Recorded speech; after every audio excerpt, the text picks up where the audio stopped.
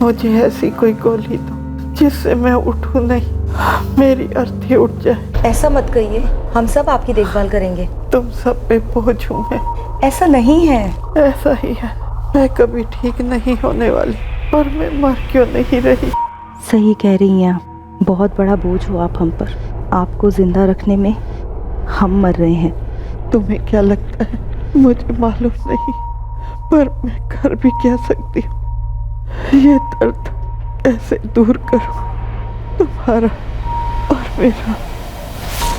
जब किसी मरीज की जिंदगी महज जिंदा रहने की कश्मकश बन जाती है, तब उस जंग में सबसे ज्यादा घाव उस मरीज के करीबी लोगों को होते हैं। शारीरिक घाव, मानसिक घाव, आर्थिक घाव। ये जंग दरअसल खर्च करने की क्षमता और जिम्मेदारी के एहसास के बीच होकर रह जाती है। इंसान ऐसे हालात के बारे में जितना भी सतर्क रहे, तैयार रहे, पर एक वक्त आता है जब उस बीमारी का बोझ, वो भार हदें पार कर जाता है। और फिर आती है फैसले की घड़ी। लड़खड़ाते रेंगते आगे बढ़ें या फिर घुटने टेक दें इस बोझ के सामने।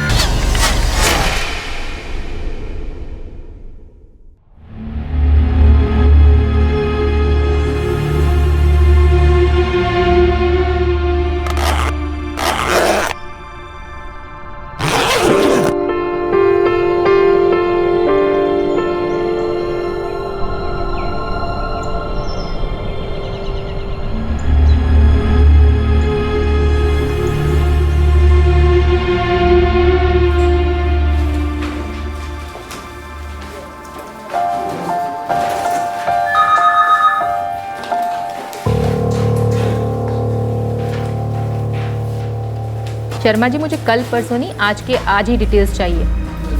आपको राशन का स्टॉक 3 दिन पहले इशू हुआ है ना? तो फिर अभी आधे घंटे में भिजवाइए।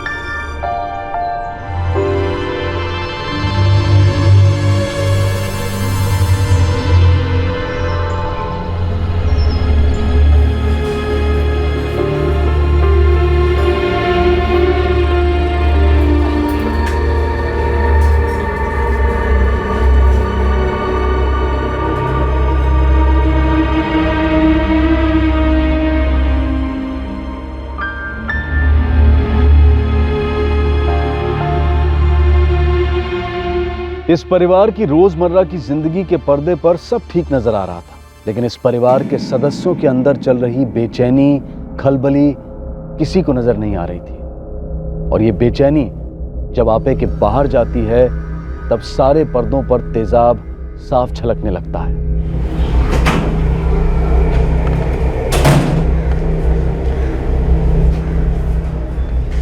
कांबले परिवार के घर का दरवाजा खुला तो था, पर फिर पूरे दिन भर किसी की नजर में नहीं आया।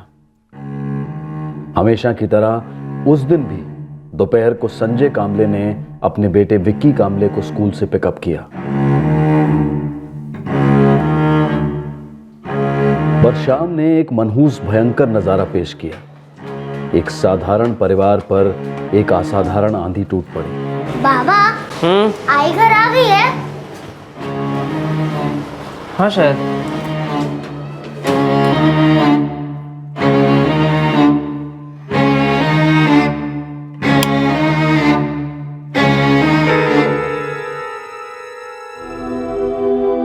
क्या कह रही है तू?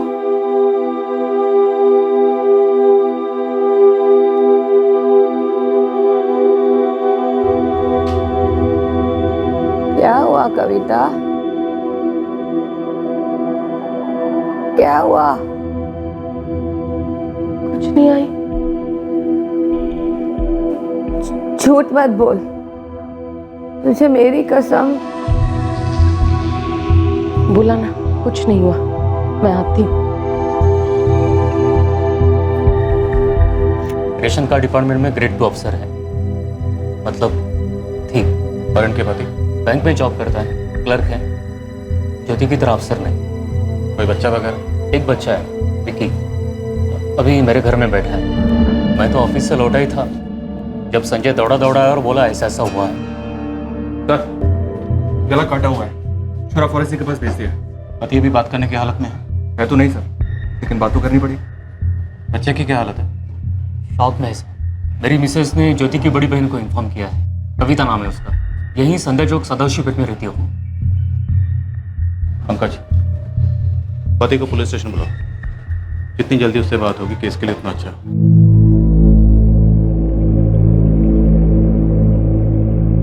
क्या हुआ, कैसे हुआ, कुछ बताया उन लोगों ने? नहीं, उसकी पड़ोसन अर्चना का फोन आया था। संजय से तो बात ही नहीं हो पा रही है। आई ये झेल नहीं पाएगी।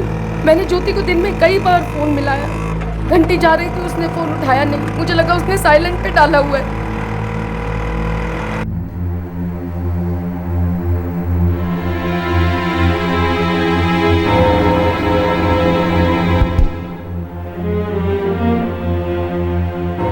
विक्की को लेकर घर पहुंचा, देखा तो दरवाजा खुला था। अजीब लगा। अजीब क्यों? 6 साढ़े 6 के पहले ज्योति घर नहीं पहुंच पाती थी। हर रोज उसे ऑफिस में ओवर टाइम लग ही जाता था। फिर क्या सर, घर के अंदर पहुंचा, देखा तो ज्योति। संजय जी, हमें आपकी पत्नी ज्योति के हाथ में एक छुरा मिला। अब या तो ये हो सकता है कि कोई बाहर से आया और उसने छुरे से उनका गला काट दिया, या फिर शायद उन्होंने उस छुरे से खुद का गला काटकर सुसाइड किया।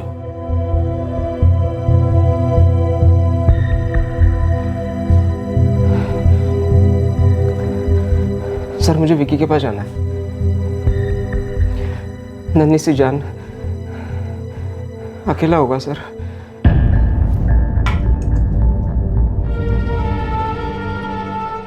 विक्की, थोड़ा सा खाना खा ले बेटा। अच्छा, तू खुद खाएगा या मैं खिलाऊं? दोने वाले खा ले विक्की। मेरे बाबा कहाँ हैं? आ जाएंगे अभी थोड़ी देर में। तो गुड बॉय है ना, ले थोड़ा सा खा ले। आपकी ज्योति जी से फोन पर आखिरी बार बात कब हुई थी? आज दिन भर नहीं हुई। और आखिरी बार मिले कब थे? आज सुबह। मैं विक्की को स्कूल छोड़कर वापस घर आया, तैयार होकर बैंक चला गया। तब ज्योति ऑफिस जाने के लिए तैयार हो रही थी। ज्योति, मैं निकतो, शाम को मिलते हैं। ठीक है। हर रोज ऐसे ही होता था। पहले मैं निकलता था, फिर वो। संजय जी, क्या आज शाम को आपके घर पे कोई आने वाला था ज्योति जी से मिलने? मुझे नहीं पता। मैंने उसे कई बार फोन मिलाया था, पर वो फोन उठा ही नहीं रही थी।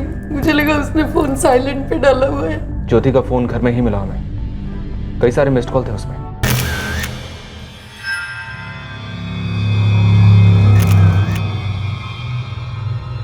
छुरा उसी के हाथ में था, दाहिने हाथ में।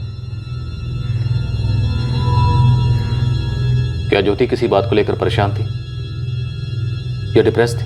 इतनी डिप्रेस के वो खुद की जान ले सके?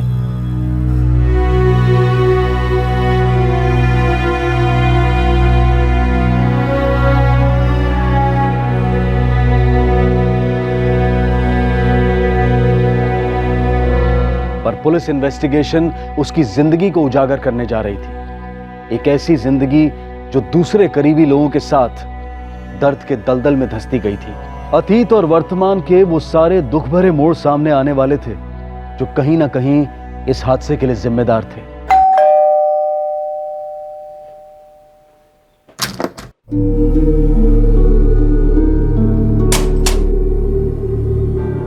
संजय भाऊ, विक्की और आपके लिए ये पोहा लेके आई हूँ, दोपहर का खाना भी ले आऊंगी। दोपहर के खाने के लिए तकलीफ मत लो, हम लोग मैनेज कर लेंगे।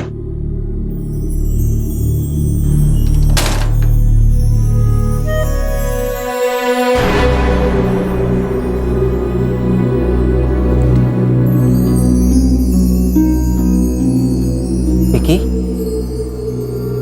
विकी बेटा उठ जाओ। स्कूल जाओगे ना आज? बाबा, आई को क्या हुआ?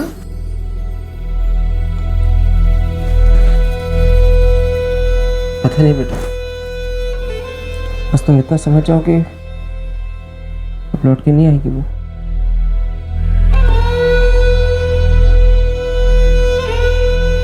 आई से कब तक छुपाओगे? कभी ना कभी तो बताना ही पड़ेगा। उन्हें भनक लग गई है, कल से 3 बार पूछ चुकी है। मैं और ज्योति दोनों एक ही नाव पे सवार थे ना,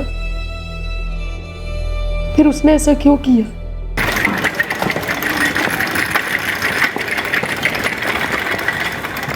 देखिए, हमने सारे ब्लड टेस्ट किए हैं, बोन मैरो की मैप से भी किए। I am very sorry to tell you that आपकी माँ का अक्यूट लिम्फोब्लास्टिक ल्यूकेमिया का रीअकरेंस हुआ है, मतलब ब्लड कैंसर, जिसको हमने पहले भी ट्रीट किया था, बट अनफॉर्चुनेटली दोबारा लौट आया है। मतलब जो हमने इलाज किया था, कीमोथेरेपी, वो हमें अब दोबारा करना होगा? जी, वो सब दोबारा करना पड़ेगा, प्लस कुछ नए ट्रीटमेंट्स भी आए हैं। आई ठीक हो जाएगी?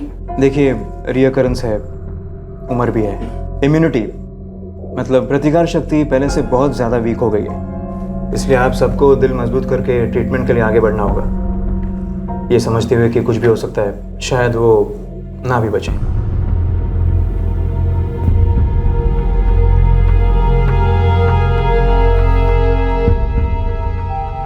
किरण, मुकेश, तुम दोनों अकेले नहीं हो, मैं और ज्योति है ना तुम्हारे साथ, हम तुम्हारी पूरी मदद करेंगे।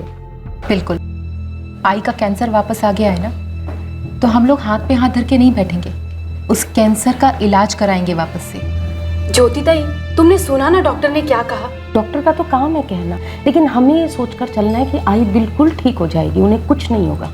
मुकेश, परसों से कीमोथेरेपी है, तुम शुरू करो उसको, उसके बाद मैं और ज्योति बारी बारी आते रहेंगे। और पैसे की चिंता बिल्कुल मत करना। कैसे ना करे ताई, वो कीमोथेरेपी, हर हफ्ते नए नए टेस्ट, इतने सारे इंजेक्शन, अभी तक पिछली बार का कर्जा भी नहीं उतरा है। किरण, आई के प्यार के कर्ज के सामने कर्ज कुछ भी नहीं है। अब मुश्किल वक्त सर पे आ गया है ना, तो हम सब मिलके लड़ेंगे।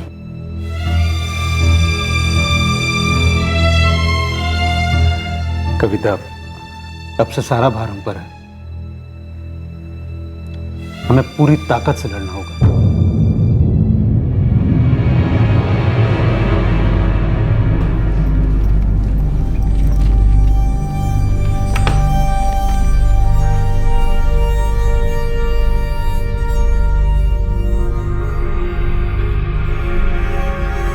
सर, पोस्टमार्टम रिपोर्ट तो अभी तक नहीं आई है, पर फॉरेंसिक ने एक रिपोर्ट भेजी है जिससे पता चलता है कि छुरे के ऊपर जो फिंगरप्रिंट्स हैं वो ज्योति के फिंगरप्रिंट से मैच करते हैं। छुरा उसके हाथ में था तो उसके फिंगरप्रिंट्स तो मैच होने ही थे। Right sir. मुझे लगता है कि पहले किसी ने छुरे से ज्योति का गला काटा, फिर वही छुरा उसके हाथ में थमा दिया। सर, आप सुसाइड एंगल को रूल आउट कर रहे हैं? नहीं, रूल आउट नहीं कर रहा। जब तक हम ज्योति के बारे में सब कुछ नहीं जान लेते, इस केस में कुछ भी रूल आउट करना मुश्किल है। सर, अच्छी गवर्नमेंट जॉब थी, ग्रेड 2 ऑफिसर, राशन डिपार्टमेंट में, लेकिन पति कम कमाता था, लोअर पोजीशन पे था, बैंक में क्लर्क था। मतलब आप कहना चाहते हैं सर, कोई घरेलू ईगो प्रॉब्लम हुई होगी, पर इतने के लिए मर्डर या सुसाइड? घरेलू झगड़े सीरियस हो सकते हैं, भयंकर हो सकते हैं, लेकिन होते हैं घरों के अंदर, दुनिया से दूर, घर की 4 दीवारी से घिरे हुए। Right sir. और दीवारों पर दरारें दुनिया कभी नहीं देख पाती। और जुर्म भी तभी होता है जब उन दरारों को घर वाले खुद भी नहीं देख पाते, जो उनके दिलों पर पड़ने लगती हैं, और उस सीलन को महसूस नहीं कर पाते जो उनके जहन में आने लगती है। जी नहीं सर, कल ज्योति कामले ड्यूटी पर रिपोर्ट हुई ही नहीं। दरअसल उनके 2-3 दौरे फिक्स हुए थे जरूरी, राशन की दुकान पर। ज्योति ने कहा था किसी से कि वो ऑफ लेने वाली है। नहीं सर, दफ्तर में किसी को पता ही नहीं था कि वो नहीं आने वाली। मैंने तो 3-3 दफा उसे फोन भी किए मगर उसने उठाए नहीं।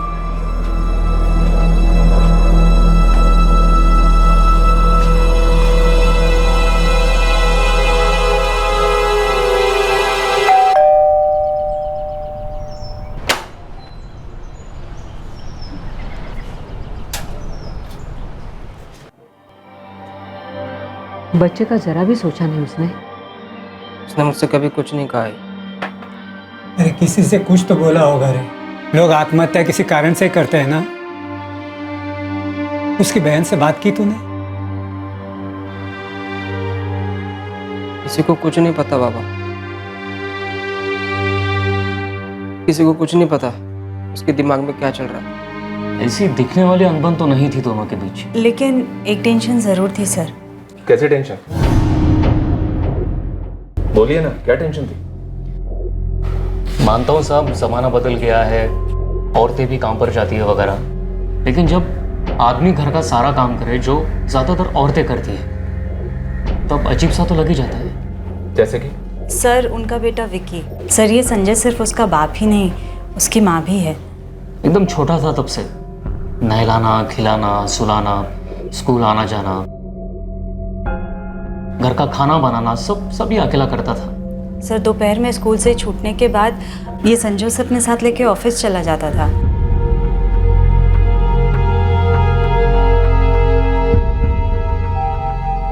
फिर दोनों शाम को साथ में ही लौटते थे। ऐसा क्यों था? मेरा मतलब है ज्योति अपने घर के कामों में हाथ क्यों नहीं बटा रही थी? सब उसके हाथ खाली कब थे। एक तरफ उसका काम और दूसरी तरफ उसकी बीमार आई। जानवी,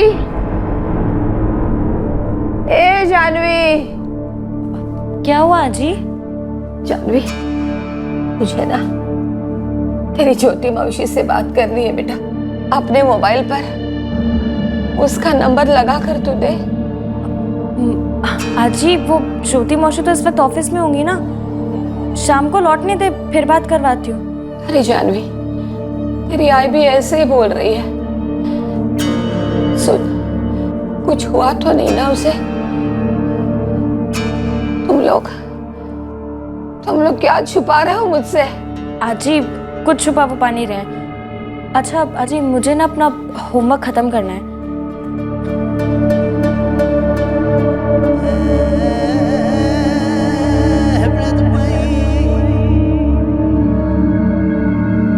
साहब एक बात और है, पता नहीं आपको मालूम है कि नहीं। बताइए, क्या बात है? साहब अगर ये सुसाइड है तो ये उस परिवार का पहला सुसाइड तो नहीं है। मतलब किसी और ने भी पहले सुसाइड किया है? सर ये टोटल 4 भाई बहन थे। बड़ी कविता, फिर ये ज्योति, उसके बाद भाई मुकेश और सबसे छोटी बहन किरण। भाई मुकेश ने पंखे से लटक कर अपनी जान दे दी थी। सिर्फ 28 साल का था।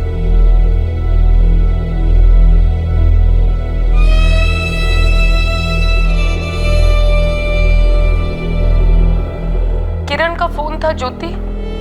उसने बताया मुकेश ने कोई चिट्ठी छोड़ी है हमारे लिए। ताई उसने कभी आपसे कुछ बात की थी क्या? एक शब्द भी नहीं, सब अंदर ही अंदर रखता गया और अब खुद चला गया। ज्योति ताई, किरण, आप सभी मुझे माफ़ कर दो। आई के इलाज के लिए लिया गया लोन मैं वापस नहीं कर पा रहा हूँ। लेनदारों का सामना नहीं कर पा रहा हूँ। मैंने अपनी पढ़ाई छोड़ी, नौकरी शुरू की, सारे हाथ पैर मारे, फिर भी ये जिम्मेदारी मैं नहीं उठा पाया। शायद मैं कमज़ोर हूँ और ये कदम उठा रहा हूँ, अपनी जान ले रहा हूँ। किसी को भी मेरी मौत का जिम्मेदार नहीं ठहराया जाए। फिर से एक बार सबको सॉरी। मुकेश। आई के ऊपर इतना खर्च हो रहा है, इतना खर्च हो रहा है। मुकेश दादा कर करा के करते भी तो क्या करते? करते भी तो क्या मतलब? हमें बताता, एटलीस्ट तुम तो शेयर कर सकती थी। आई की जिम्मेदारी हम सबकी है, कैसे भी करके कुछ इंतजाम करते। जान देखे भी क्या किया? कुछ नहीं। ज्योति ताई, कविता ताई, तुम दोनों तो अपनी जिंदगियों में लगी रही। आई का तो मुझे और दादा को ही करना पड़ता था ना। ये तो गलत बात कह रही है। मैं और ज्योति हमेशा हर चीज में सामने आकर खड़े हुए हैं। अब क्या? दादा तो चले गए, आई का कौन करेगा? हाँ,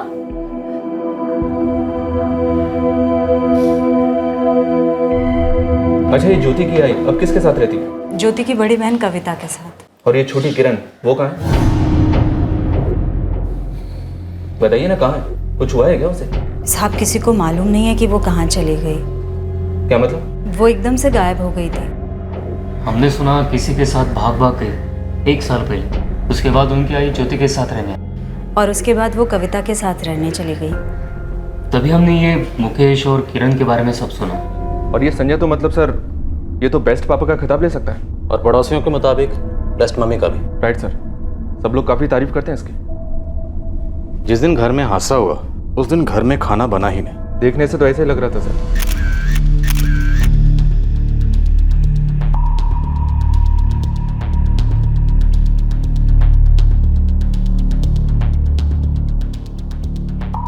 पड़ोसियों के मुताबिक खाना बनाने की ड्यूटी संजय की हुआ करती थी। और सुना है सर, खाने के साथ साथ घर की बाकी सारी ड्यूटीज भी वही करता था। पंकज, एक बात समझ में नहीं आई, कोई सुसाइड करने से पहले इतनी प्रिकॉशन कैसे लेगा? मतलब घर का दरवाज़ा खुला रखा जाता है ताकि ये लगे कि वो काम पर जाने वाली थी। इतनी तैयारी सुसाइड करने से पहले, और फिर छुरा लेके खुद की गर्दन काट ली जाती। सर, कहीं ऐसा तो नहीं कि माँ के इलाज का बोझ जिसकी वजह से ज्योति के भाई मुकेश ने सुसाइड किया, सेम वही बोझ ज्योति पर भी भारी पड़ गया? हम ज्योति को जानते नहीं थे। पुलिस इन्वेस्टिगेशन इस दर्दनाक सच को सामने लाई थी कि ज्योति और उसके भाई बहन काफी मुश्किलों से गुजरे थे। इस कठिन हालात से मुक्ति पाने के लिए इस परिवार में एक आत्महत्या हो चुकी थी। क्या ज्योति ने भी परिवार की सुसाइड हिस्ट्री को आगे बढ़ाया था? हम लोगों के हालात आसान नहीं हैं, लेकिन हमने कभी अपनी माँ को बोझ नहीं समझा सर। आपकी निजी जिंदगी में दखल देने का हमारा कोई इरादा नहीं। फिर आप ये बोझ वाली बात क्यों कर रहे हैं? क्योंकि हमारे सामने एक मौत का केस है, एक ऐसी मौत जो कुदरती नहीं है। और फिर आपकी फैमिली हिस्ट्री, आपके भाई ने सुसाइड किया, और सुसाइड करने से पहले उसने खत में साफ साफ लिखा कि आपकी माँ का इलाज उसके लिए बोझ बन गया था। लेकिन मेरे और ज्योति के लिए तो ऐसा नहीं था। क्या ज्योति ने आपसे कभी भी कुछ नहीं कहा? कभी भी नहीं। शायद वो अंदर ही अंदर इतना घुट रही थी जिसकी वजह से उसने ये कदम उठाया। वो ऐसा कदम क्यों उठाएगी सर? ज्योति का एक अच्छा जॉब था, वो अपना सैलरी का एक हिस्सा आई के इलाज के लिए दे रही थी, मैं भी पैसा डाल रही थी, और आई का इलाज ठीक ठाक चल रहा है। फिर अचानक वो ये क्यों करेगी? आपकी छोटी बहन किरण, वो घर से क्यों भागी? इस वक्त कहाँ है? मुझे नहीं पता वो कहाँ है, ज्योति को भी नहीं पता था।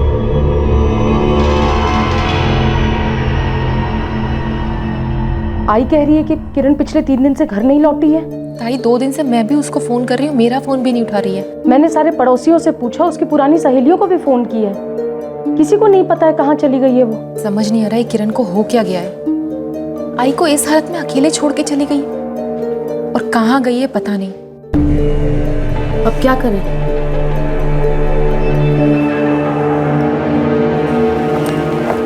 आई अब जानती हो ना, मैं पूरा दिन ऑफिस में रहती हूँ। ऐसे में आई अगर मेरे साथ में रहेगी तो दिन के वक्त उसकी देखभाल नहीं हो पाएगी। तुम तो घर में रहती हो और जानती भी है ना, अगर कोई भी इमरजेंसी होगी तो कम से कम तुम संभाल तो लोगी। अब मैं कहीं भाग नहीं रही, यही हूँ। मैं जानती हूँ ज्योति, बस अब आपको और मुझे ही आई की देखभाल करनी है। मैं तो तैयार हूँ रखने के लिए आई को। एक बार अजीत से बात करनी होगी। हाँ तो ठीक है ना, आप बात कर लीजिए, और जो भी कंट्रीब्यूशन होगा वो तो मैं देती ही रहूंगी आपको। संजय तुझसे नाराज है क्या? संजय नाराज क्यों होने लगा था?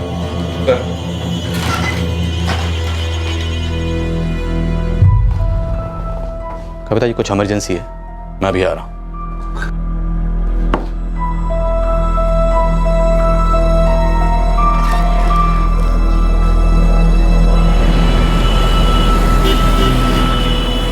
देखिए, आज मैं तुझे घर छोड़ दूँ, तेरे दादा दादी भी घर पर ही हैं, और दादी ने खाना भी बनाया होगा। ठीक है बाबा, पर अब जल्दी आएंगे? हाँ, आ जाऊंगा।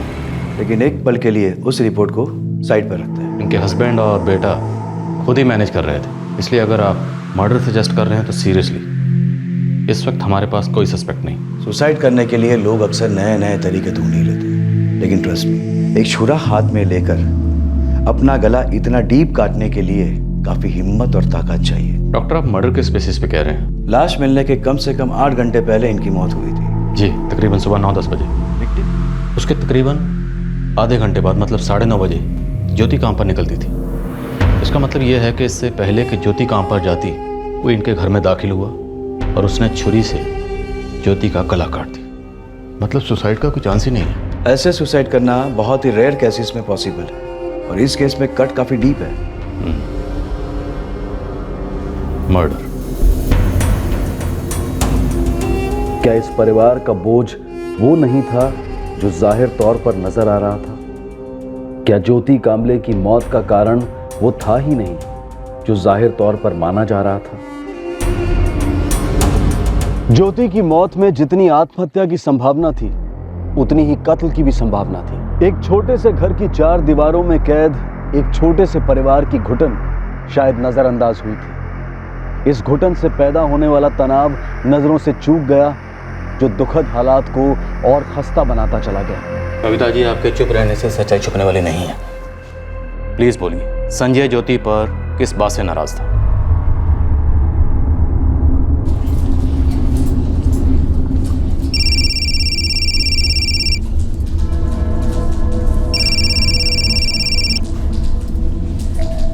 Hello, Sanjay Kamble, Dishanagar police station से पीआई रंजीत देशमुख बोल रहा हूँ। हाँ बोलिए। आपकी पत्नी का पोस्टमार्टम हो गया है, बॉडी हैंड ओवर करनी है। ठीक है, लेकिन उससे पहले कुछ सवाल हैं जो हम आपसे पूछना चाहते हैं। जैसे कि 14 अक्टूबर की सुबह जिस दिन आपकी पत्नी ज्योति ने छुरे से गला काटकर खुदकुशी की, उस दिन आपने किचन में खाना नहीं बनाया। वो इसलिए सर क्योंकि मेरा बेटा विकी कई दिनों से चाइनीज़ खाने की जिद कर रहा था, इसलिए उस दिन बाहर चाइनीज़ खाने का प्लान था।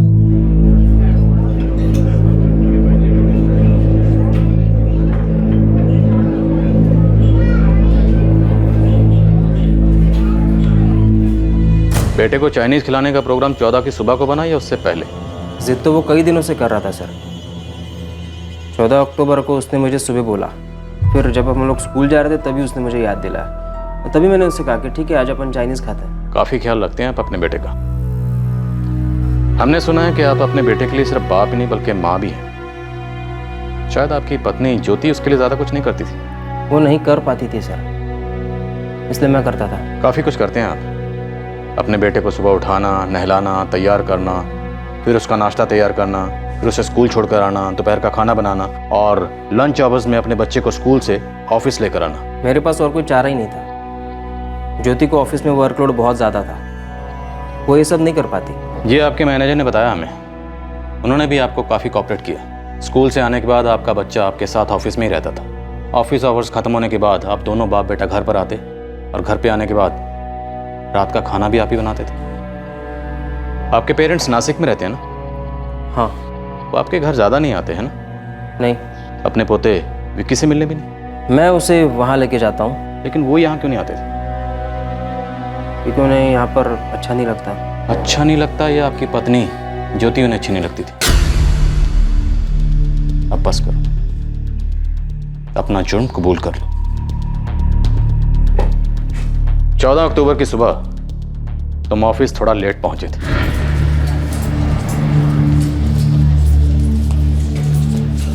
और ऑफिस से घर पहुंचने के बाद जब तुमने घर का दरवाजा खोला देखा तो तुम चौंके नहीं। क्यों? क्योंकि वो दरवाजा अपनी पत्नी ज्योति का कत्ल करने के बाद तुमने खुद खुला छोड़ा और वो छुरा तुमने ज्योति के हाथ में इसलिए दिया ताकि वो एक सुसाइड लगे, कत्ल नहीं। अब असल में क्या हुआ ये तुम हमें बताओगे। तुमने हमें कहा कि तुम्हारी पत्नी ज्योति उस दिन सुबह ऑफिस जाने के लिए तैयार हो रही थी। उसके बाद क्या हुआ? तुम दोनों के बीच में किसी बात को लेकर कहासुनी हुई? उसने तुमसे कोई ऐसी बात कही जिससे सुनकर तुम्हें गुस्सा आया? इतना गुस्सा आया कि तुमने छुरा उठाया और उसका गला काट दिया? हो सकता है तुमने जो किया होशो हवास में नहीं किया, पागलपन में किया, लेकिन किया तो है ना संजय? संजय, अगर सच बोलोगे तो तुम्हारे मन से झूठ का बोझ उतरेगा और हो सकता है हम भी तुम्हारे साथ कुछ नरमी से पेश आए, क्योंकि हम जानते हैं कि तुम एक पेशेवर मुजरिम नहीं हो, पेशेवर कातिल नहीं हो, एक अच्छे इंसान हो, एक अच्छे बाप हो। उस वक्त तुम्हारे और ज्योति के बीच में क्या हुआ था? क्या बात हुई थी? क्या उस बात का ताल्लुक किरण से था? किरण, तुम्हारी पत्नी ज्योति की छोटी बहन जो सारे पैसे लेकर फरार हो गई थी।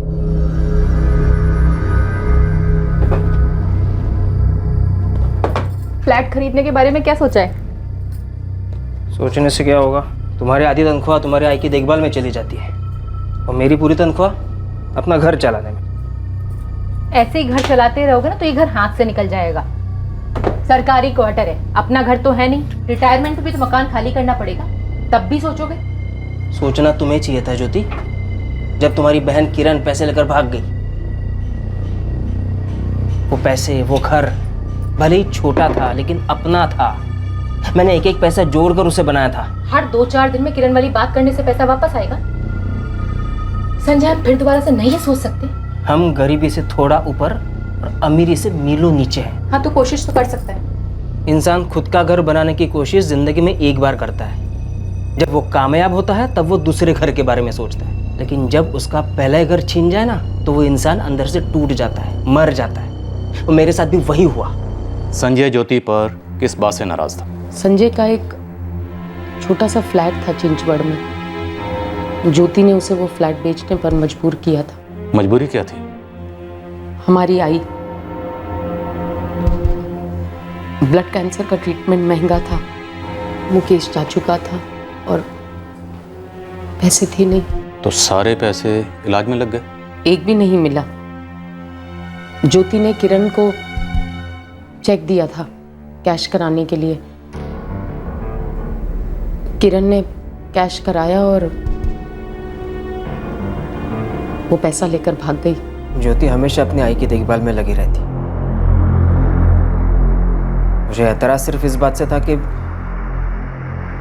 वो विकी को आई का सुख नहीं दे पा रही थी। किरण पैसा लेके भाग गई, इसके लिए मैं जिम्मेदार हूँ? मेरी आई को कैंसर हुआ, उसके ऊपर इतना पैसा खर्च हो रहा है, मेरी वजह से हो रहा है क्या? संजय, मैं देखभाल नहीं करूंगी आई की तो फिर कौन करेगा? मेरी आई नहीं है, मेरे बाबा नहीं है, उन्हें देखभाल की जरूरत नहीं है। तुम तो उन्हें यहाँ पर आने भी नहीं देती। मेरे आई बाबा तो दूर की बात, आजकल मैं और विक्की भी तुम्हारे बगैर रह लेते हैं। इंसान हूं मैं, सुबह से जाके रात को लौट के आती हूँ और क्या क्या करूं? कुछ मत करो। वैसे भी आजकल विक्की तुम्हारे बारे में पूछता ही नहीं है और मैं उसी ज्योति के बारे में सोचकर दिल बहला लेता हूँ जिसके साथ कभी मेरा पति पत्नी का रिश्ता था। तुम लगी रहो, अपना ही सोचो।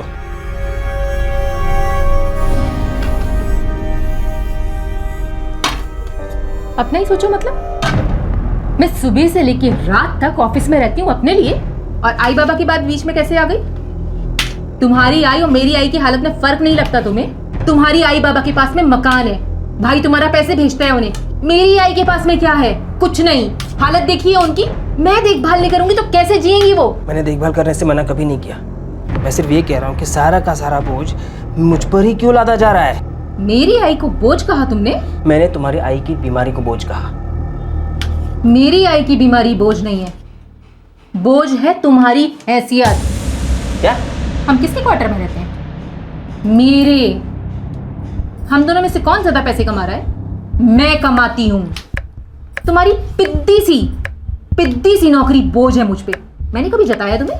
तुम मुझे बोझ कहने की हिम्मत तक नहीं कर सकती, क्योंकि तुम्हारी सबसे बड़ी जिम्मेदारी, एक माँ होने की जिम्मेदारी, एक गृहिणी होने की जिम्मेदारी मैं उठा रहा हूँ। अब तक मेरी आई बोझ थी, अब मैं बोझ बन गई। बड़े मर्द बनते हो ना तुम तो। इतने ही मर्द हो ना तो पैसा कमाओ, अच्छी नौकरी करो, मुझे पालो, मेरी आई को पालो, मेरे बच्चे को पालो। शादी करने आए थे ना, 2 कौड़ी नहीं थी जेब में, पिद्दी सी क्लर्क की नौकरी करते थे। मेरे क्वार्टर में रहते हो, मेरी कमाई पे जी रहे हो और मुझे सिखाते हो। एक किरण वाली बात को लेके छाती पीटते रहना जिंदगी भर। पर सच्चाई ये है संजय कि मेरी आई की बीमारी बोझ नहीं है, बोझ तुम हो। तुम्हारी पिद्दी सी नौकरी बोझ है, जरा सी कमाई बोझ है, ये शादी बोझ बन चुकी है मेरे लिए। क्या बोलूं मैं लोगों को? तुम्हें पति कहूं अपना? मैं सब्जी काट रहा था, वो बोल रही थी, बोले जा रही थी। मुझे कुछ समझ ही नहीं आया, मैंने कब छुरा उठा और बस हो गया। कत्ल हो गया। संजय, मर्डर हुआ जो तुमने किया, और बाद में तुमने उस मर्डर को सुसाइड की शक्ल देने की कोशिश की।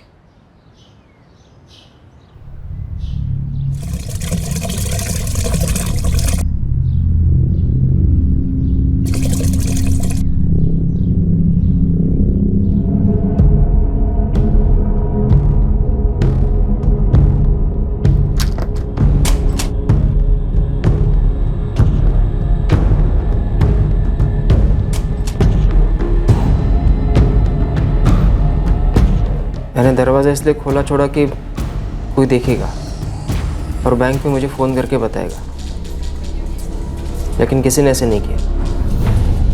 किसी ने तुम्हें फ़ोन नहीं किया, लेकिन तुमने अपनी पत्नी ज्योति के फ़ोन पर फ़ोन ज़रूर किया, वो भी 2 बार, ये जानते हुए भी कि वो गुजर चुकी है, मर चुकी है, फ़ोन नहीं उठा सकती, लेकिन फिर भी किया, ये दिखाने के लिए कि तुमने उस तक पहुंचने की कोशिश की थी।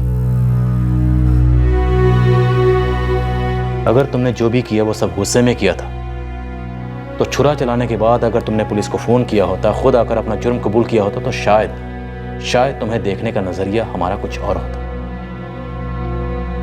मानता हूं तुम पर हालात का बोझ भारी था, तुम पर, तुम्हारी पत्नी ज्योति पर, तुम सब पर। अब तुम सालों साल जेल की सलाखों के पीछे रहोगे, अपने बेटे विक्की से दूर। अब उसकी जिम्मेदारी तुम्हारे ऊपर नहीं होगी, लेकिन एक बोझ जिंदगी भर तुम्हारे मन पर रहेगा कि तुमने अपने इकलौते बेटे विक्की से ना सिर्फ उसकी मां को छीन लिया, बल्कि मां जैसे बाप को।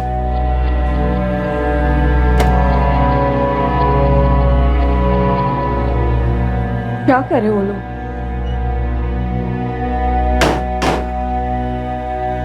आपकी संजय से बात हुई? क्या वो लोग संजय को छोड़ देंगे? नहीं।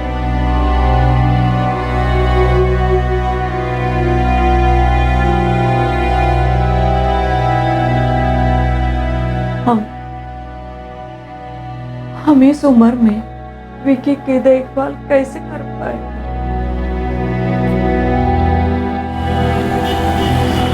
मेरे बाबा मुझे लेने क्यों नहीं आए? अब से मैं ही तुझे लेने आऊंगी और मैं ही छोड़ने आऊंगी। अब से तू मेरे साथ रहेगा, अजीत मौसा के साथ, जानवी ताई के साथ। बाबा के साथ क्यों नहीं? मेरे बाबा कहाँ है मौसी?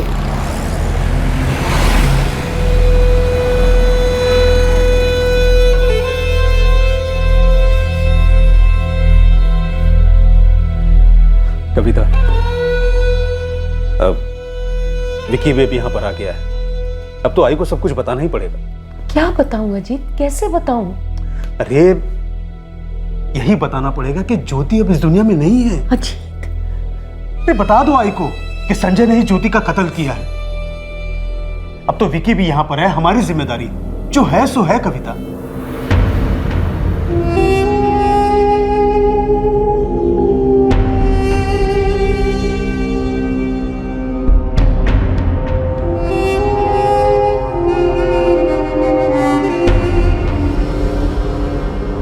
जिंदगी में कई मकाम ऐसे आते हैं जब मुश्किलें असहनीय हो जाती हैं, लेकिन फिर भी उनका सामना करना पड़ता है। मुश्किलों को मात देना इंसानी साहस का दूसरा नाम है, लेकिन हालात के बोझ तले दबकर नाराज होना, मायूस होना, कुंठित होना, ये मानवीय स्वभाव का दस्तूर है। कई बार हम में बोझ सहने की शक्ति भी खत्म हो जाती है, लेकिन इन विकट परिस्थितियों में अपनी चेतना, अपने ज़मीर दोनों को संभालना बेहद जरूरी होता है। सिर्फ अपने लिए नहीं, बल्कि अपने करीबी लोगों के हित के लिए भी। हत्या का बोझ ना कभी सर से उतरता है और ना कभी दिल से।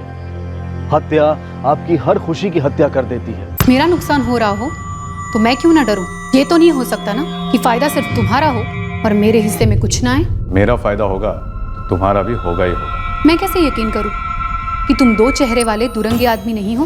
कैसे मान लूं कि तुम मेरा हिस्सा नहीं हड़प लोगे? ये भी तो हो सकता है कि यही डर मुझे भी है कि तुम अपना दूसरा चेहरा दिखाओगी, जो मेरा है उसे अपना कहने लगोगी। तुम हो 2 मुंह वाले दुरंगे। तुम मुझे इसमें घसीटोगे, मेरा इस्तेमाल करोगे और फिर मुझे रास्ते से हटा दोगे। जिस बात का तुझे डर है उसी बात का मुझे भी डर है। जो मैं तेरे साथ कर सकता हूँ तो तू भी तो मेरे साथ कर सकती है।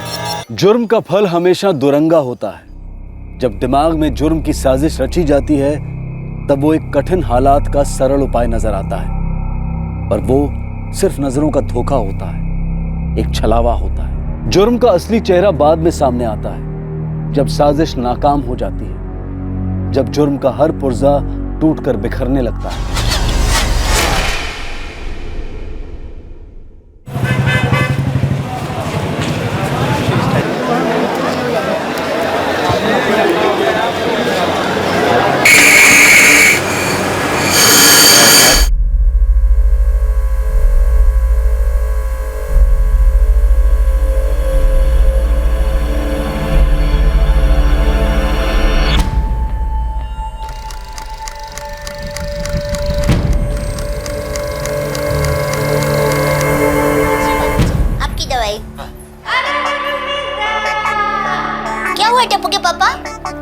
किसी को नहीं सुला पाए। अरे मैं क्या, हम तीनों ने फुरकान बेटा फोन देखो, मैं फरहीन को खाना खिला रही हूँ। आया अम्मी।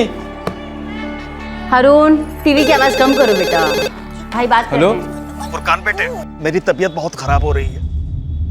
मेरे सीने में तेज दर्द हो रहा है। मैं डॉक्टर जाकिर के पास जा रहा हूँ। लेकिन आप अभी कहाँ पर है? मैं अभी फैक्ट्री में हूँ, तू डॉक्टर जाकिर के पास आ जा। ठीक है अबू, मैं पहुँचता हूँ वहाँ पर। फुरकान क्या हुआ? मैं अब्बू को अचानक सीने में दर्द हो रहा है। डॉक्टर जाकिर क्या जा रहा है, मैं भी वहीं जाता हूँ। मैं वहाँ से फ़ोन करता हूँ आपको।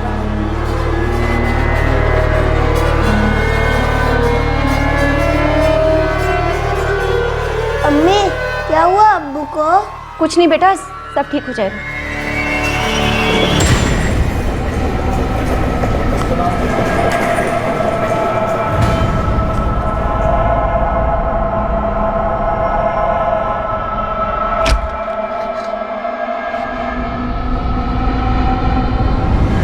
हेलो अम्मी। अम्मी अब्बू को हॉस्पिटल लाए। डॉक्टर कह रहे हैं कि अब्बू को अटैक आया है, ऑपरेशन होने वाला है उनका। गिल्लू के पापा भी ऑफिस जाते हैं, उन्हें भी लेट हो रहा है। मिर्ची कहाँ रखी है तूने?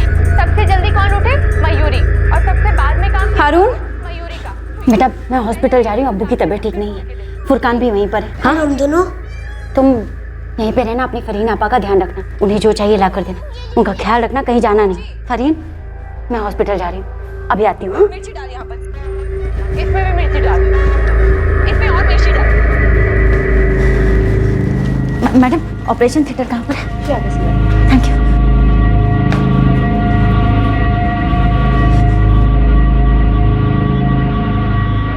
फुरकान तुम्हारे अब्बू कैसे?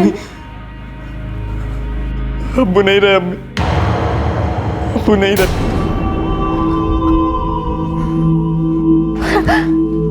इन्नल्लाह व मलाइकतहु यस्सल्लूना अलन नबी या अय्युहल्लज़ीना आमनू सल्लु अलैहि व सल्लिमू तस्लीमा। अल्लाहुम्मा सल्लि अला सय्यिदना मौलाना मुहम्मद व अला आलि सय्यिदना मौलाना मुहम्मद। अब इसे कैसे संभालूंगी? अल्लाह पर भरोसा रख नुसरत, सब ठीक हो जाएगा।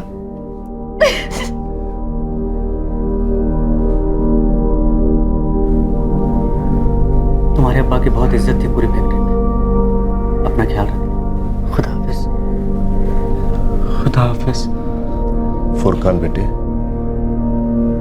मुश्किल घड़ी है, निकल जाएगी।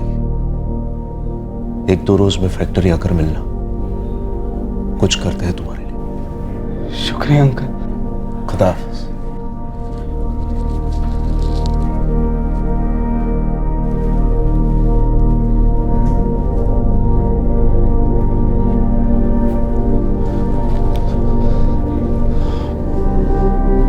ये अकरम भाई क्या कह रहे थे बेटा? कह रहे थे कि 1-2 रोज में फैक्ट्री आ जाना, कुछ करेंगे मेरे लिए। बेटा कोई भी दिक्कत हो अपने चाचा जान को बेझिझक फोन कर लेना। तुम बेसहारा बिल्कुल नहीं हुए हो, समझे ना? अपनी अम्मी जान से भी कह देना याकूब है उनके साथ। एक घर का मुखिया अकेला कमाने वाला बेवक्त गुजर गया था और मुश्किलें दरवाजे पर दस्तक देने के लिए खड़ी हो गई थी।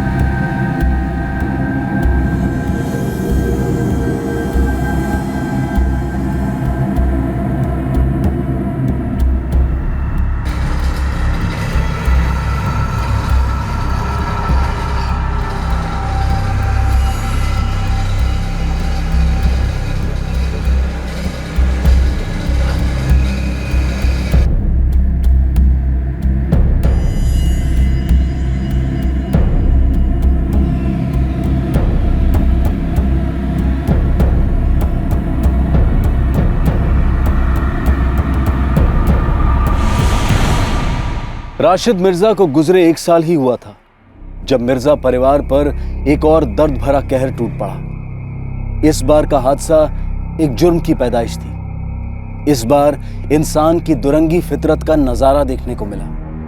एक दो मुआ सांप इस परिवार को बुरी तरह डस गया।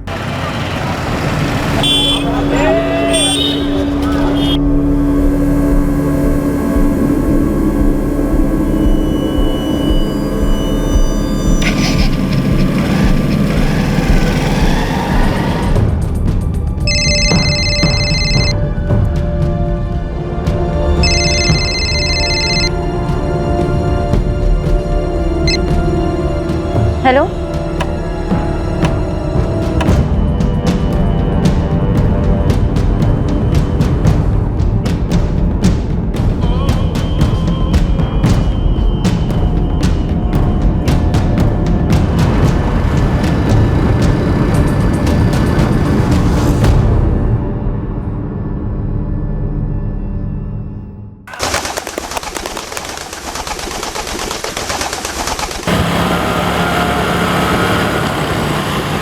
सर जी साइड में रुका था ना, चोर की लगी। अभी तो निकले हैं, गोदाम लेट नहीं पहुंच सकते हम। सर जी आपने सुबह टाइम ही नहीं दिया टॉयलेट जाने का, प्लीज़ 2 मिनट लगेंगे, साइड में रुका दो। जा।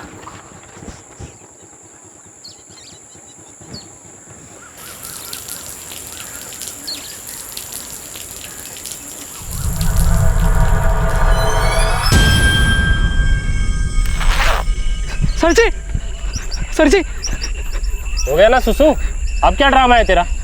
सर जी लाश है वहां पे। लाश?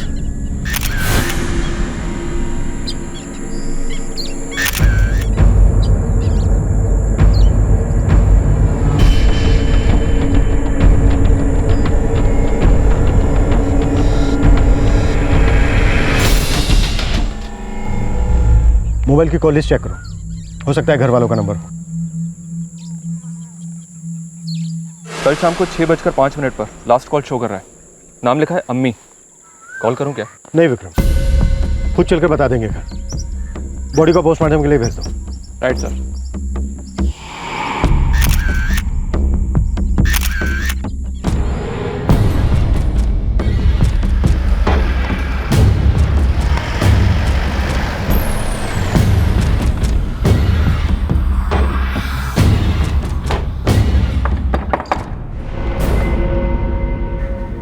जी, आपका नाम? नुसरत मिर्जा।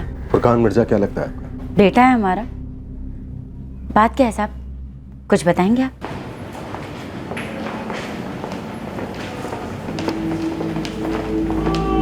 नुसरत जी प्लीज संभालिए अपने आप को।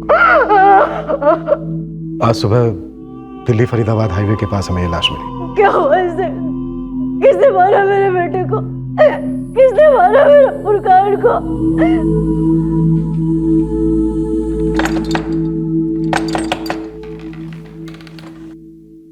फातिमा खाला, अम्मी को पुलिस क्यों ले गई? कुछ हुआ है बेटा, इसलिए आई हूँ।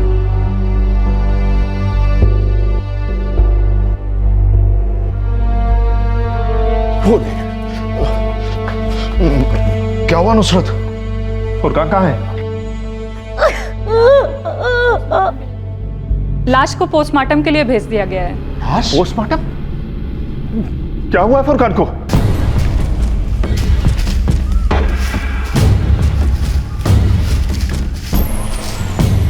मौत की टाइमिंग डॉक्टर? 12 घंटे से ऊपर हो चुके हैं, बट 14 घंटे से ऊपर नहीं। Vikram,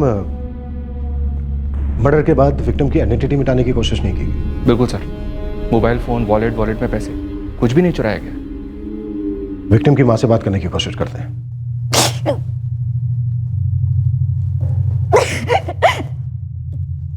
I am sorry Nusrat जी, मैं समझ सकता हूं इस वक्त आप पर क्या बीत रही होगी। देखिए, जितनी जल्दी हम जान पाएंगे उतनी जल्दी हम कातिल तक पहुंच पाएंगे। प्लीज थोड़ी हिम्मत रख के बताइए कि कल शाम को आपका बेटा कहां जा रहा था? कहां जा रहा था वो तो पता नहीं। शाम को 6 बजे तक की ड्यूटी थी। मेरी फैक्ट्री में काम करता है। रोज की तरह ड्यूटी के बाद वो घर के लिए ही निकला था।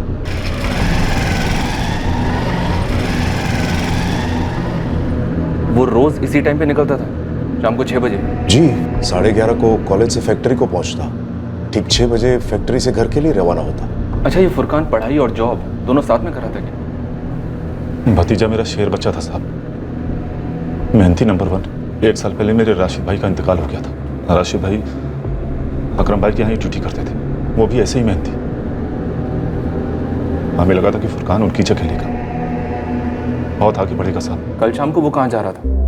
आपको तो कुछ ना कुछ पता ही होगा इस बारे में। नहीं साहब, मुझे तो कुछ नहीं बोला था, पर घर के लिए ही निकला होगा। उसकी लाश हमें दिल्ली फरीदाबाद हाईवे के पास मिली है। नुसरत जी, कल शाम 6:05 पर फुरकान ने आपको कॉल किया था। कुछ बताया था वो कहाँ जा रहा है, किससे मिलने जा रहा है? फुरकान ने फोन किया था मुझे। हाँ फुरकान, बोलो बेटा। पर बेटा जा कहाँ रहे हो? बस एक काम है अम्मी। देखिए आप फिक्र ना करिए, हो सकता है रात को लेट हो जाए तो फरीन और हारून को खाना खिला दीजिएगा और सब सो जाइएगा, ठीक है? ठीक है बेटा, अपना ख्याल रखना। अल्लाह हाफिज। अल्लाह हाफिज अम्मी। कहाँ जा रहा है, क्यों जा रहा है, किससे मिलने वाला है, कुछ नहीं बताया साहब। आपको कुछ अजीब नहीं लगा कि वो आपको क्यों नहीं बता रहा है? फुरकान ज्यादा बोलता नहीं था साहब, और मुझे उस पर पूरा भरोसा था। वो भी अपने अब्बू की तरह सीधा साधा खुदा का बंदा था। उसकी किसी से क्या दुश्मनी हो सकती है साहब? कौन दुश्मनी हो सकती है? फैक्ट्री में किसी के साथ झगड़ा हुआ था उसका? ना, फुरकान का किसी से बैर नहीं था, अपने काम से काम रखता, किसी से ज्यादा बोलना नहीं, कुछ नहीं। कॉलेज का कोई झगड़ा? वो तो मैं कैसे कह सकता हूँ, मगर इंस्पेक्टर साहब, फुरकान लड़ाई करने वाला लड़का नहीं था, काफी जिम्मेदार था वो। याकूब जी, आपको कुछ पता है उसके कॉलेज के बारे में? नहीं साहब, उसकी निजी जिंदगी से ज्यादा ताल्लुक नहीं था मेरा। फुरकान की कॉलेज में कोई गर्लफ्रेंड या फिर किसी दोस्त के साथ कोई अनबन थी? देखिए नुसरत जी, आपके बेटे फुरकान का बहुत ही बेरहमी से कत्ल हुआ है।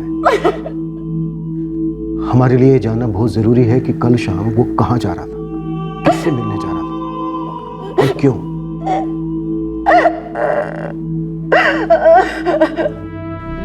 नुसरत की सारी उम्मीदें बड़े बेटे फुरकान पर थीं। अब मानसिक रूप से दुर्बल बहन फरहीन, छोटा भाई हारून और खुद नुसरत गुजारा कैसे कर पाते।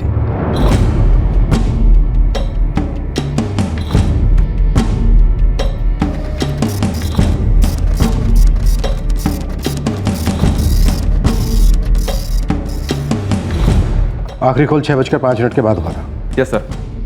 फुरकान के फोन के कॉल लॉग से किसी ने लास्ट कॉल इरेज कर दिए थे, ताकि ऐसा लगे कि फुरकान ने लास्ट कॉल अपनी अम्मी नुसरत को किया था। 6:05। 44468979। इस नंबर से फुरकान को 2 कॉल्स आए। एक आया 6:55 पर और दूसरा आया 7:25 पर। हेलो। हाँ मियाँ, कहाँ पहुँचे? बस 20 मिनट लगेगा, मैं पहुँच ही रहा हूँ। पता करो ये 44468979 किसका नंबर है।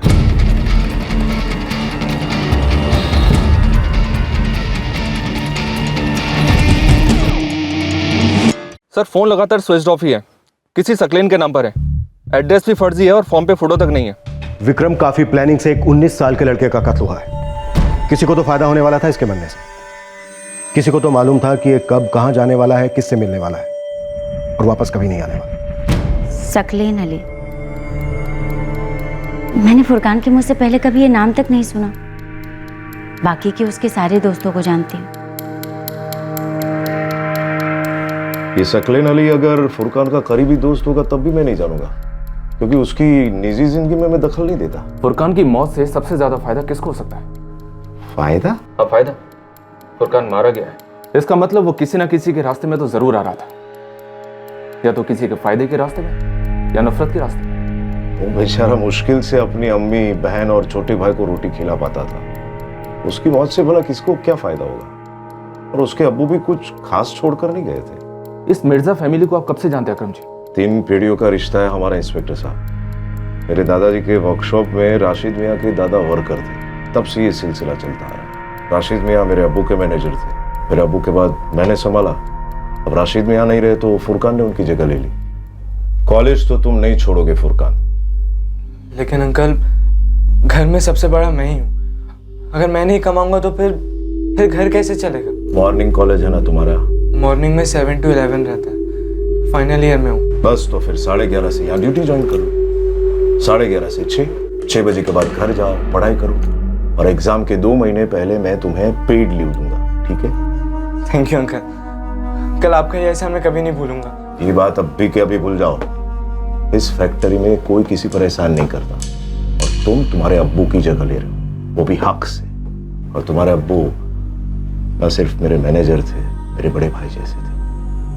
मेहनत करो, इंशाअल्लाह तुम अपने लिए एक बेहतर जिंदगी बना पाओगे, और अपनी अम्मी, बहन और भाई के लिए। राशिद भाई को बड़ी उम्मीद थी फुरकान से, पढ़ाई में बहुत होशियार था वो। उसके कॉलेज से पता चला मुझे, फर्स्ट क्लास स्टूडेंट था। राशिद मियाँ उसी पर उम्मीद लगाए हुए थे। 10 साल पहले जब वो हादसा हुआ, राशिद भाई के तो हाथ पैर ठंडे हो गए थे। कौन सा हादसा हुआ था 10 साल पहले? आपको नहीं मालूम? वो फुरकान की अम्मी का अचानक इंतकाल हो गया था। फुरकान की अम्मी का इंतकाल? तो फिर ये नुसरत सौतेली माँ है। और फुरकान 9 साल का था और फरहीन बेचारी 5 की। राशिद भाई से अकेले दोनों को संभाला नहीं जाता था। वो तो हम लोगों ने बहुत जोर दिया, तब जाकर माने दूसरी शादी करने के लिए। ये नुसरत दूसरी पत्नी, और ये हारून उसी से है? जी।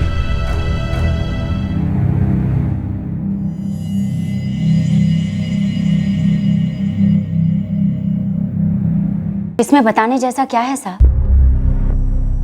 माँ कहने से नहीं होती, करने से होती। मानती हूँ जब नई नई शादी हुई थी थोड़ी दिक्कतें जरूर आई थी, लेकिन उसके बाद फरहीन और फुरकान दोनों को मैंने अपने हारून जितना ही प्यार किया। ये जो घर है आपका, ये राशिद का है। साहब वो घर मेरा है, राशिद का है, फरहीन, फुरकान, हारून हम सबका है। हाँ, अगर आप उस मकान की बात कर रहे हैं तो वो जरूर राशिद के नाम पर है। घर और मकान के बीच का फर्क तो आप भी समझते होंगे। साहब 11 साल पहले इस नुसरत की पहली शादी हुई थी। टूटी क्यों थी? पहले हड्डी टूटी, फिर शादी सर। तो शराबी को छोड़कर 2 बच्चों के बाप राशिद के साथ शादी कर ली, जिसकी एक मानसिक रूप से कमजोर बेटी थी। कुछ लोगों की जिंदगी में मजबूरी आती है साहब, लेकिन कुछ लोगों की जिंदगी मजबूरी बन जाती है, जैसे मेरी बन गई। तो आपको पहले से मालूम था कि फरहीन की खास जिम्मेदारी आप पर आने वाली है? जी मालूम था। वैसे आसान तो नहीं रहा होगा, अचानक से 2 बच्चे। आसान तो राशिद के लिए भी नहीं था। मैं पूरे 1 साल एक शैतान के साथ दोजक में रहकर आई थी। मर्दों पर से भरोसा उठ गया था। राशिद ने मुझे फिर से जीना सिखाया, और मैंने उनके दोनों बच्चों फरहीन और फुरकान को अपनाया। साहब मेरे लिए फरहीन, फुरकान और हारून में कोई फर्क नहीं। फुरकान मेरा अपना बच्चा था, कोई सौतेला नहीं। अगर आपको लगता है कि उस मकान को हड़पने की लालच में मैंने अपने बेटे को मरवाया है, तो आप बहुत गलत सोच रहे हैं।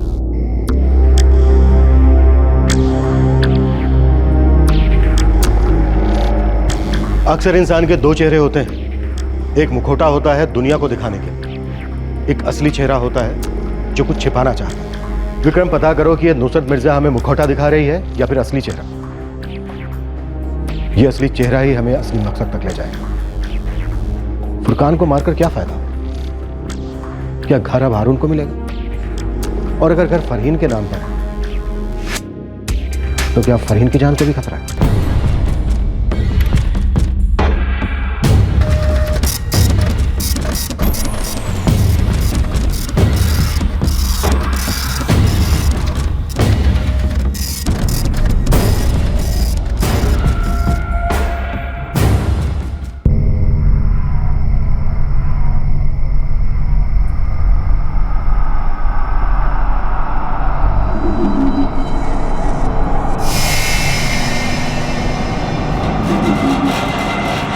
मेरे शौहर राशिद के इंतकाल के बाद ऐसा लग रहा था जैसे सब कुछ तबाह हो गया। दिलो दिमाग पर मायूसियों ने डेरा डाल रखा था।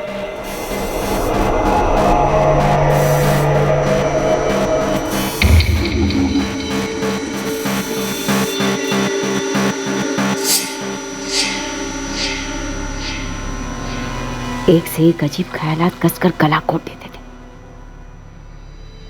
कि फुरकान अगर अपने रास्ते चला जाए तो फिर मेरा और हारून का क्या होगा। इतने सालों बाद अचानक से अगर वो पलटकर बोल दे कि तुम दोनों मेरी जिम्मेदारी नहीं हो, तो फिर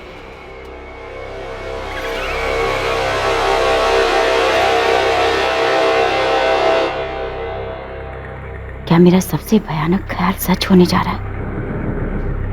क्या फुरकान हमें शराफत से दफा होने के लिए कह रहा है?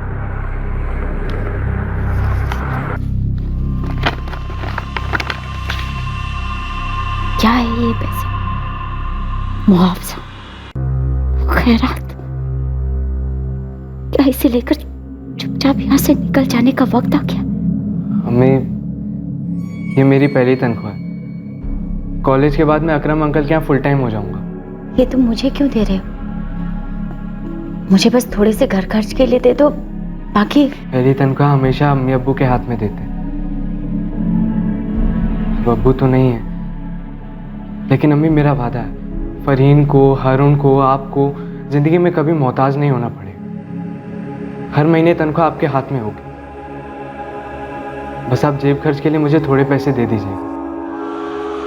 ये सच है कि मैं गैर महफूज महसूस कर रही थी, पर मेरी बेटी ने मेरे सारे डर को दफन कर दिया था। नुसरत की कॉल लिस्ट में 44468979 सकलेन अली का नंबर है सर। इसने मर्डर की रात को नुसरत को 2 बार कॉल किया, एक शाम को 7 बजे और दूसरी बार रात को 9 बजे। वही सकलेन अली जो शायद कातिल हो सकता है, जिसने कत्ल की शाम को फुरकान को 2 बार फोन किए और शायद कत्ल करने के बाद फुरकान के कॉल लॉग से अपने कॉल्स डिलीट कर दिए। खा ले बेटा, आ जाएगी तेरी अम्मी फरहीन, यहीं पास में ही गई है, जल्दी आ जाएगी। खा ले बेटा।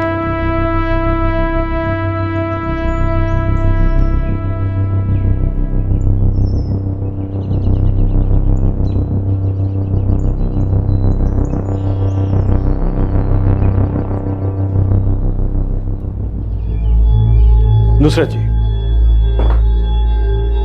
सकलेन अली जिसे आप नहीं जानती, इस आदमी ने या इस नाम को इस्तेमाल करने वाले आदमी ने फुरकान को 2 बार फोन किया ही किया। हाँ मियाँ, कहाँ पहुंचे? बस 20 मिनट लगेगा, मैं पहुंच ही रहा हूँ। और फुरकान को ही नहीं, इस आदमी ने आपको भी फोन किया शाम 7 बजे।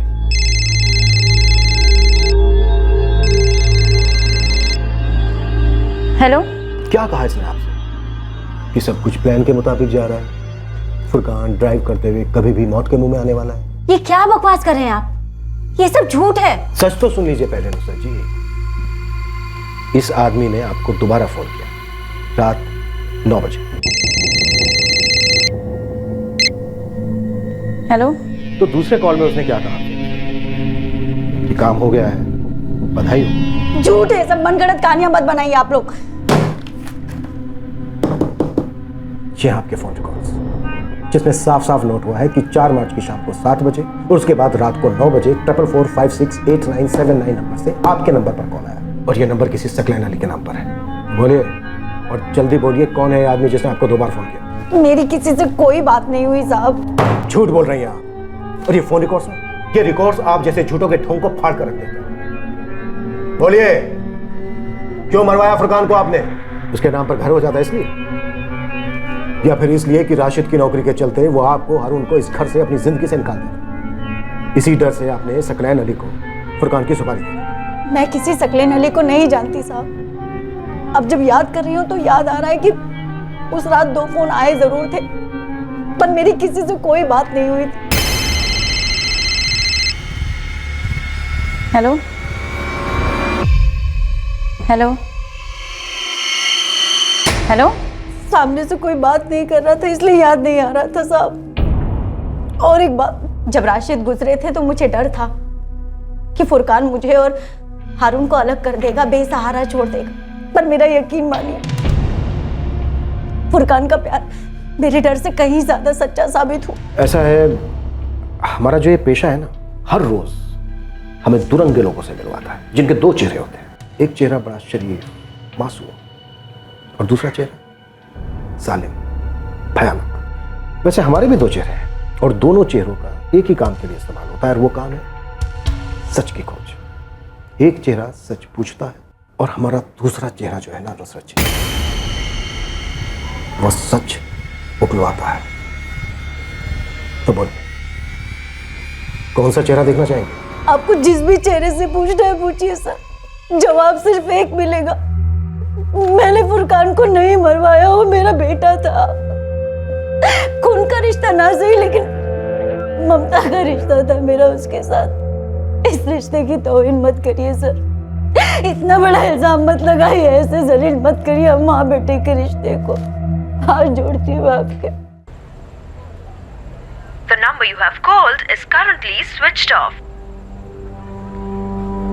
तुम्हारी अम्मी फोन नहीं उठा रही बेटा। अम्मी कब आएगी? शायद कहीं अटक गई होगी। आज रात मैं यहीं रुक जाती हूँ तुम दोनों के साथ। काफी देर हो गई है ना, सुबह तक तो तुम्हारी अम्मी जरूर लौट आएंगी।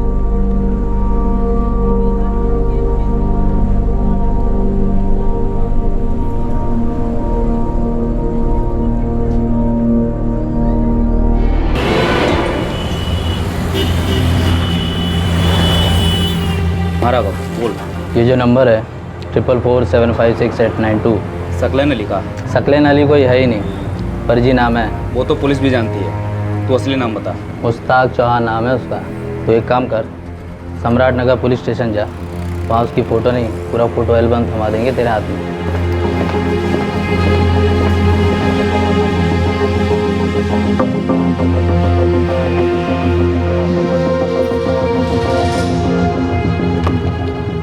एक बार ये मुश्ताक चौहान ट्रेस हो जाए, उसके बाद मुसद मिर्जा के दोनों चेहरे हमारे सामने होंगे।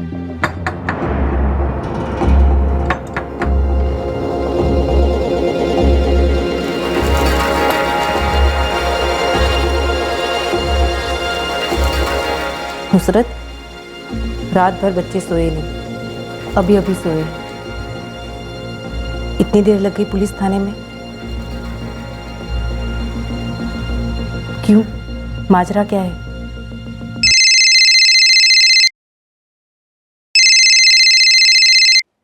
जी अकरम जी। सब खैरियत नुसरत? जी नहीं, कुछ भी ठीक नहीं। सुना मैंने। पुलिस? देखिए ना, वो लोग मुझ पे शक कर रहे हैं, मुझ पर, एक माँ पर। हिम्मत रखो, इंशाल्लाह सब ठीक हो जाएगा। दरअसल गलती मुझसे हुई। आपसे गलती मतलब? वो बात में मेरे मुंह से निकल गया कि तुम फुरकान की सौतेली हो। बस उसी बात को पकड़कर वो लोग तुम्हारे पीछे पड़ गए। कोई बात नहीं अकरम जी, आपसे नहीं पता चलता तो कहीं और से पता चलता। सच छुपता थोड़ी ना है। सच कहा तुमने, सच छुप नहीं सकता। वैसे किसी बात की जरूरत हो तो सीधे मुझे फोन करना। ठीक, अल्लाह हाफिज।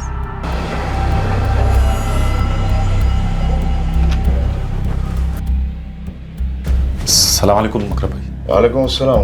याकूब यहाँ अचानक ऐसे? वो आपसे एक काम था अकरम भाई। हाँ बोल उस्मान। साहब, जिस चेहरे की तलाश थी वो नजराना लॉज में है। उस चेहरे पे नजर रखो उस्मान, उससे बेनकाब करने हम 15 मिनट में पहुंच रहे हैं। मानता हूँ अकरम भाई, राशिद जैसा मिलनसार नहीं हूं मैं, पर काम मेरा भी पक्का है, हाथ मेरा भी उतना ही साफ है। याकूब चाहते क्या हो? मेरे हाथों को काम चाहिए अकरम भाई। 3 पीढ़ियों से मेरे खानदान ने आपके खानदान की खिदमत की है। राशिद के बाद फुरकान को मौका मिला, अब एक मौका मुझे चाहिए।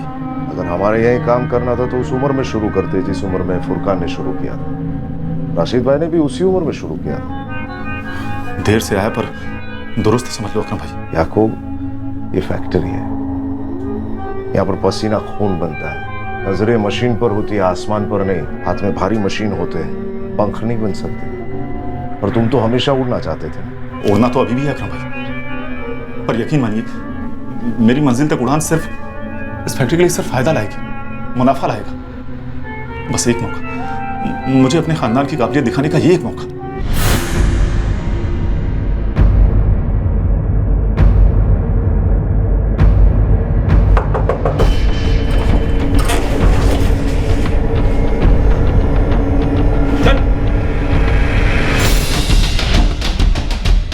याकूब, मुझे सोचने का वक्त चाहिए, बताता हूं तुम्हें।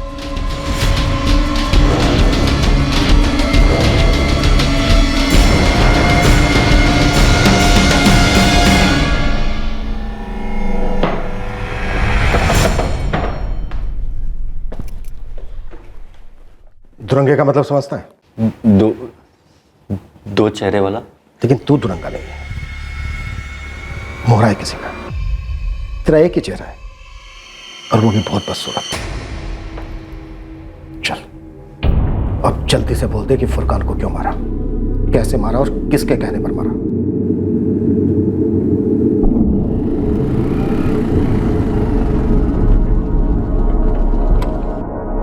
फुरकान मिर्जा। सकलन अली है ना मक्खन? 3 साल पहले अब्बू ने ली थी, 1 साल से मैं मेंटेन कर रहा हूँ, एकदम नई जैसी गाड़ी है। अरे ये कहाँ लेकर जा रहे हैं? भाई ये नई बाइकें कच्चे रास्तों पर दम तोड़ देती हैं। देखो तेरे अब्बू की बाइक में ताकत कितनी है।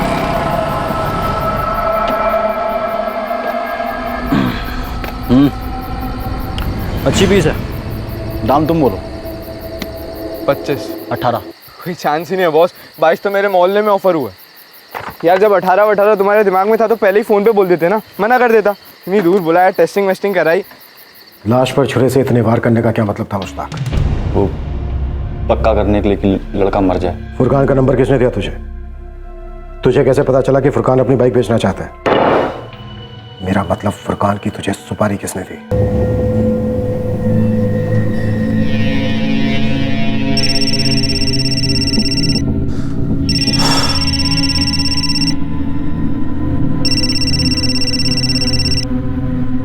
अकरम भाई, कल से ज्वाइन हो जाओ याकूब। शुक्रिया अकरम भाई, बहुत बहुत शुक्रिया। लेकिन एक बात याद रहे याकूब, तुम्हारे अतीत के कुछ पन्ने काली स्याही से लिखे गए हैं, हम सब वाकिफ है उससे। वो याकूब अब मर चुका है अकरम भाई, मुझे तो अब बस काम में दिल लगाना है। आप भरोसा करो मेरा।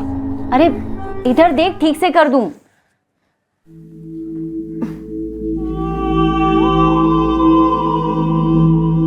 फरहीन, क्या हुआ जान? क्या हुआ? मेरा बच्चा क्यों रो रहा है? हाँ क्या हुआ? डर लगता है।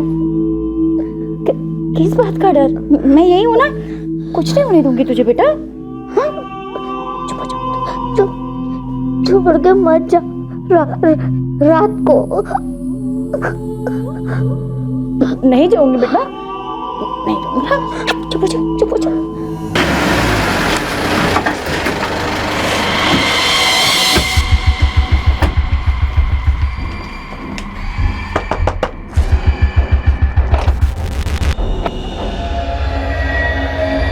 आप लोग यहाँ?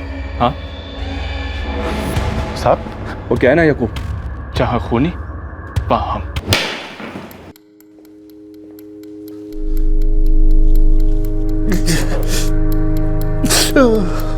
तो जनाब याकूब साहब, स्टार्ट करें या फिर थोड़ा बहुत वार्म अप और चाहिए? नहीं साहब, मैं सब बोलता हूँ साहब, सब बोलता हूँ।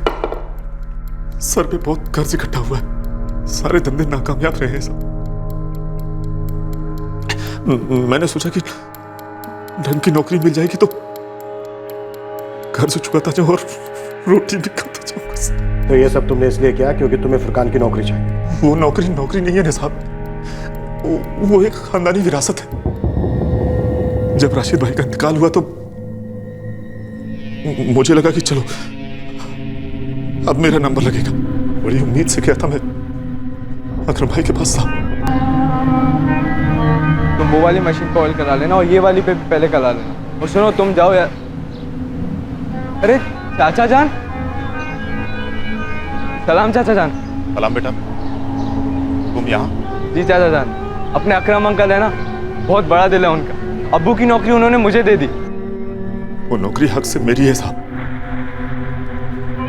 राशिद भाई के बाद खानदान में मैं सबसे बड़ा हूं, मुझे मिलनी चाहिए वो नौकरी। और वो नौकरी फुरकान को मिली।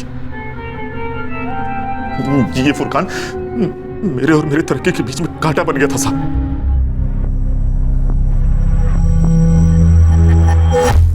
2 हफ्ते पहले बोल रहा था कि बाइक बेचनी हो सकती, अभी तक बिकी नहीं है उसकी बाइक। उसे उसी बहाने मिलने के लिए बुला ले। रोकड़ा कितना मिलेगा? 5000 तक दे सकता हूँ। 10,000 से 1 पैसा कम नहीं। तुमको जमता है तो बोलो, वरना चीयर्स, बाय बाय। अरे चाचा जान, सब खैरियत तो है? बेटा समझ में नहीं आ रहा कि कैसे। क्या हुआ चाचा जान? कुछ पैसों की जरूरत है क्या? कितना मजा हुआ है, बिल्कुल राशिद भाई जैसे। बताइए चाचा जान, कितने चाहिए? बेटा 10। मैं जल्दी लौटा दूंगा, खुदा कसम। अरे चाचा जान, ये कसम वसम खाने की कोई ज़रूरत नहीं। मुझे कल तक का टाइम दीजिए, मैं बैंक से निकाल कर आपके घर पे देता जाऊंगा। खुदा तुझे लंबी उम्र दे। एक 19 साल के जवान लड़के की सुपारी उसी से उधार पैसे लेकर दी। वो तेरे बेटे जैसा था याकूब। नुसरत तो उसे सगा मानती थी साहब, वो भी तो उसे मरवाना चाहती थी। ये कैसे मान लो कि तुम घर पर दावा नहीं करोगे? करूं तो भी अदालत सबसे पहला हक बीवी को देती है। बेटा और बेटी के बाद फुरकान नहीं रहेगा तो ये घर फरहीन को मिलेगा, और फरहीन तो तुम्हारी मुट्ठी में है ना। तुम जैसे कमीने इंसान पर भरोसा भी तो नहीं कर सकते। कमीनापन सिर्फ मेरी रगू नहीं तोड़ रहा है, तुम भी तो यहाँ आई सौदा करने, अपने बेटे के कत्ल का सौदा। तुमने धोखा दिया तो? हमें एक दूसरे का रिस्क लेना ही होगा। हम दोनों शिकारी एक दूसरे पर बंदूक तानेंगे तो शिकार कौन करेगा नुसरत? ये झूठ है। बेनकाब हो चुके हैं आप। मुझे फंसाया जा रहा है साहब, याकूब झूठ बोल रहा है। मुश्ताक ने सब कुछ हमारे सामने उगल दिया कि फुरकान के कत्ल के पहले और कत्ल के बाद सब कुछ उसने फोन करके आपको बताया था। साहब अपने बस सुपारी याकूब ने ली थी, उन्होंने मना किया था साहब फोन करने को। उनका एक पार्टनर है साहब, उसको बोला था फोन करने को। अब मैंने बाकायदा काम होने से पहले और उसके बाद उनके पार्टनर को फोन करके सब बता दिया। मैं किसी मुश्ताक को नहीं जानती साहब, मेरी किसी से कोई बात नहीं हुई। ये याकूब झूठ बोल रहा है, मुश्ताक भी झूठ बोल रहा है, ये लोग आपसे झूठ बोल रहे हैं।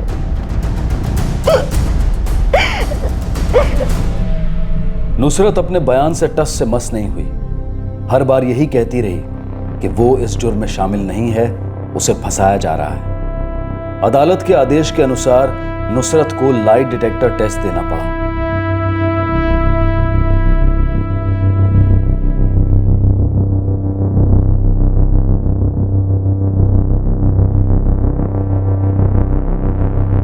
लाई डिटेक्टर टेस्ट के बाद यह पता चला कि नुसरत झूठ नहीं बोल रही थी। वाकई में याकूब उसे फंसाने की कोशिश कर रहा था।